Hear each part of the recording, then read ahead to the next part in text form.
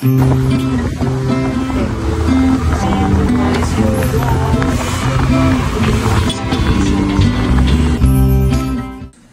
mga ka-Eber, magandang hapon po sa inyong lahat.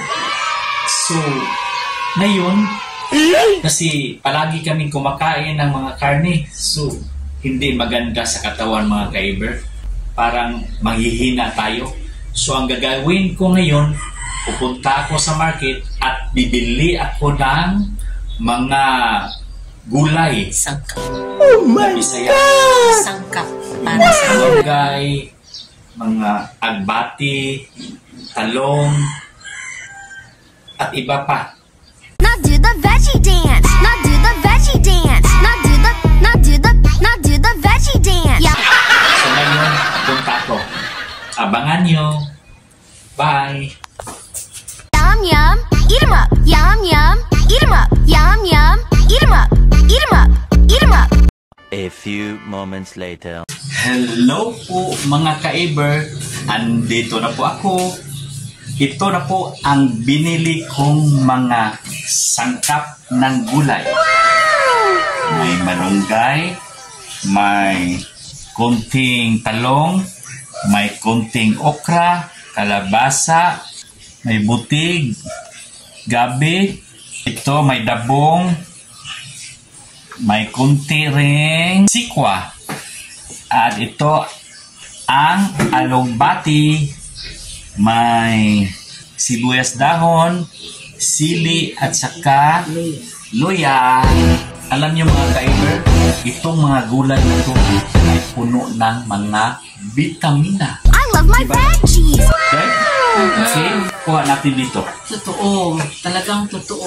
Alam mo naman na ang gulay ay pinaka-paborito ko sa lahat dahil ito ay nagbibigay sa atin ng vitamina sa sinasabi na ng asawa ko. Okay, lahat itong mga gulay na ito ay nagbibigay sa atin ng what do you call this? Malayo tayo sa sakit. Tapos yung skin natin magiging glow dahil itong mga gulay na ito ay nagbibigay sa atin ng glow. That's why tinatawag ito na glow foods.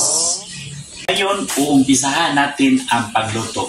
So, ganyan kami magluto ng utang Bisaya. Una, lagyan namin ng asin. So, hindi kami gumagamit ng Ajinomoto, mga ka-Eber. Kung magluluto kami ng utang Bisaya, kuhaan lang, asin lang ilalagay namin.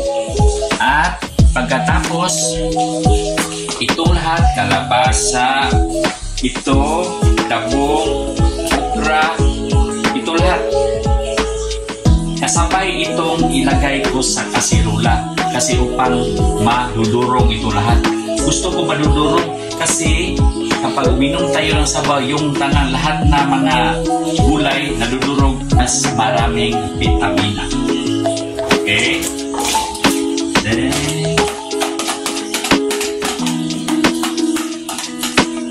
so ito na siya. So, antayin natin kumukulo. Pakuluin natin. At pagkatapos kumukulo, dudurugin natin lahat. Now do the veggie dance. Now do the veggie dance. Now do the veggie dance. Yum yum, eat 'em up. Yum yum. One eternity later. Okay, so tingnan natin. Kumukulo na. Dandaran. Durugin natin ang kalbasa. Dudurugin natin.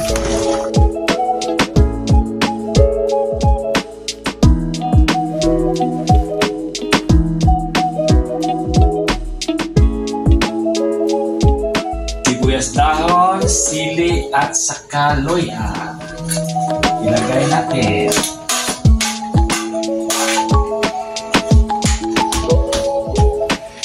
At pagkato ang malunggay. So, grabe mga ka-Eber. Presko talaga itong malunggay namin. Presko. Itong alugbati, presko na to. Presko kasi ako ang pipitas dito.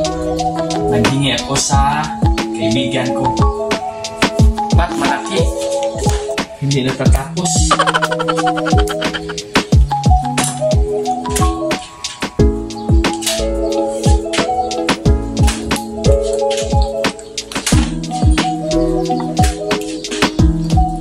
natin.